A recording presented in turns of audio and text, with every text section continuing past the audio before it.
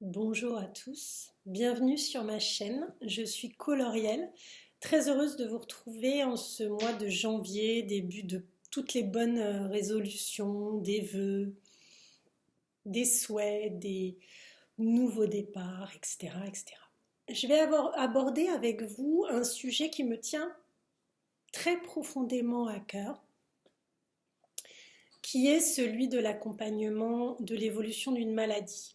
Je me suis trouvée confrontée à plein de choses dans ma vie, ce qui m'a permis d'ailleurs de m'adapter à des situations très souffrantes, à des dépassements très compliqués, et d'être en mesure de le faire pour beaucoup d'entre vous aujourd'hui parce que je suis passée par là.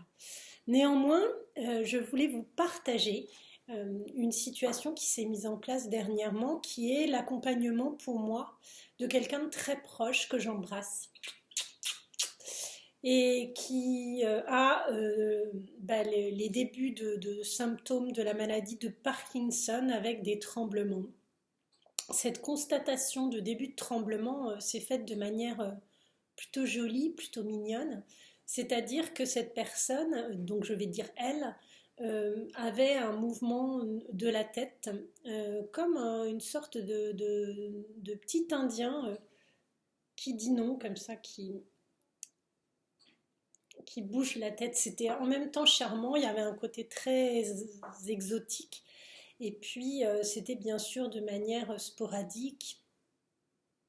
Ça pouvait être à un moment de concentration où la personne lisait quelque chose ou dessinait ou faisait quelque chose, ou au contraire, dans la conversation, c'était très bizarre.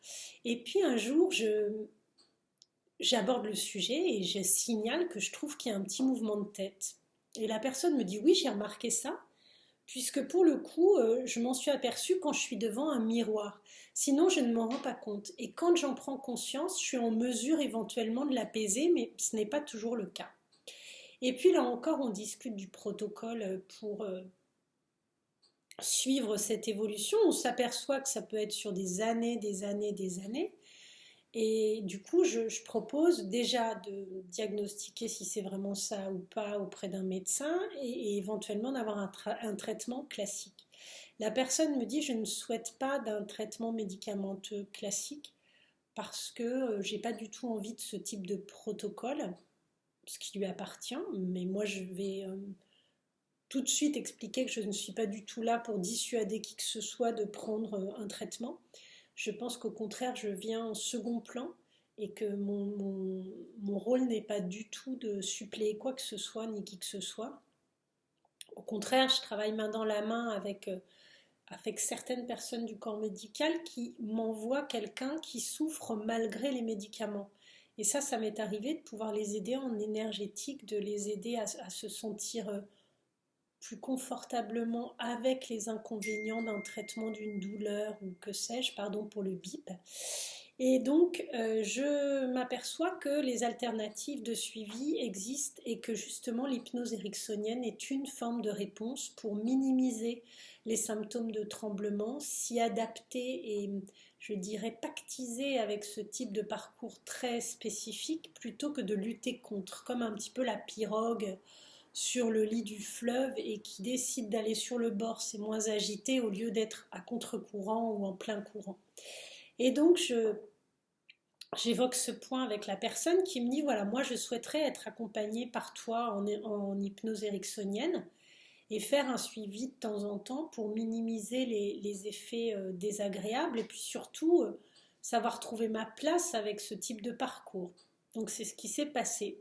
On a mis en place un protocole et je fais une séance en général une fois tous les 6 mois à cette personne. Au départ, il y avait effectivement une accentuation des symptômes et il y a eu un palier au bout de plusieurs années. Là, je pense que ça fait 3 fois qu'on fait la séance et du coup, ça fait peut-être 1 an et demi, 2 ans, et je m'aperçois que ça y est, il y a eu un répit. Pourtant, ça continue à prendre un petit peu d'ampleur en termes de fréquence et de réapparition. Et là, je trouve enfin qu'il y a un mieux-être. Alors, est-ce que c'est parce que l'inconscient se connecte et que la paix est trouvée autrement? Je ne sais pas du tout. Le souhait, c'est vraiment de pouvoir constater que ça devient un épiphénomène et que finalement on peut quand même faire des travaux de précision, tout ce qu'on a envie de faire physiquement sans en être privé, tout en ayant une adaptation, une acceptation et de mettre son énergie de combativité autrement, qui est plus dans la fluidité de ça que le combat. Voilà pour ce partage, c'est un sujet un petit peu atypique bien sûr. J'ai tout à fait conscience que ça va surprendre probablement certaines personnes, mais laissons à chacun la liberté de choisir pour lui-même et aussi de s'adapter à une situation qui est contraignante.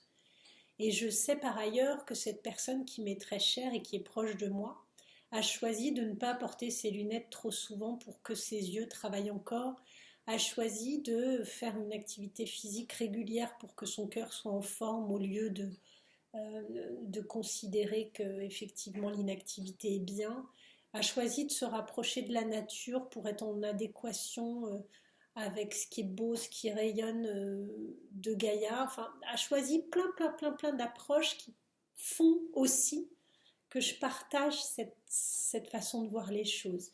Donc merci beaucoup de m'avoir écouté. Vous pouvez laisser des commentaires à coloriel2@gmail.com sous cette vidéo ou par mail.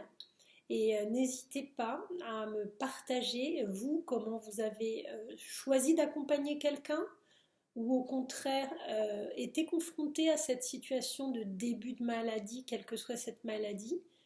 Voilà, avec beaucoup de tolérance et de bienveillance, je vous en remercie. Passez une très jolie journée tous. Je vous embrasse. Je vous dis à tout bientôt sur ma chaîne. Bye bye.